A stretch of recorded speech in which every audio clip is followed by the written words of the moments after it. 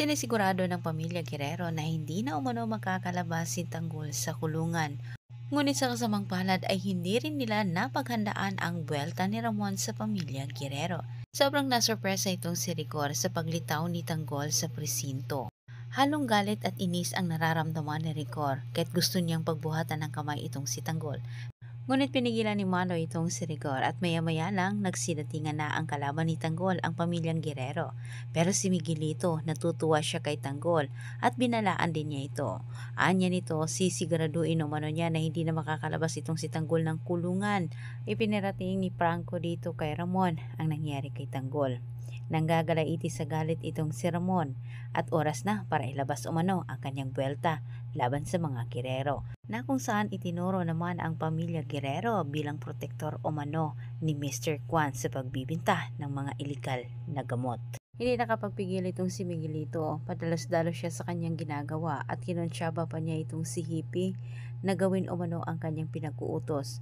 Ngunit walang kalam-alam itong si Miguelito at Roberto, bayad na si Hippie ni Rigor at ito ang gumawa ng paraan para si Tanggol ay mailabas sa kulungan. Nakipagbakbakan itong si Tanggol sa loob ng kulungan pero sa kasamang palad ay napaamin din ni Tanggol ang isa sa mga inutusan ni Miguelito at itinuro nito si Miguelito na nag-utos umano sa kanila para bombahin itong si Tanggol. Nagbunyi ang pamilya Guerrero sa sinapit ni Tanggol ngayon pero maya-maya lang sila'y nagulantang din sa napanood nilang balita na pinakalat ni Ramon. Suspecha ng mga ito si Ramon umano ang may kagagawa nito. Mas lalo silang nagulat nang ibinalita naman ni Hippie na si Tanggol ay pinalabas na umano. Hindi pa nakontento itong si Miguelito, gusto pa rin niyang siguraduhin na itong si Tanggol ay hindi na makakalabas ng buhay sa presinto kahit kinontak naman niya itong si David. Pinatumba ni Miguelito itong si Tanggol kay David at ang magiging kapalit nito ay maging amanos na umano sila dalawa. At dahil wala nang makakapitan nitong si David,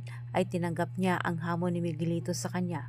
Ngunit sa kanyang pagdating sa presinto, pagkakataon na sana niyang itumba itong si Tanggol pero hindi nagawa ni David dahil meron din siyang naisip na paraan na kung saan inonse naman niya itong si Miguelito. Napag-isip-isip ni David na maaari niyang gamitin ang pinapagawa ni Miguelito sa kanya para makalapit umano kay Tanggol at magkaroon ito ng malaking utang na loob.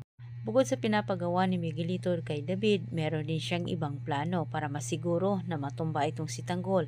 Pero ang masaklap dito, sa harap mismo ng madla, tuluyan ang sisirain ni Miguelito ang kanyang pangalan dahil sa galit at inis niya dito kay Tanggol.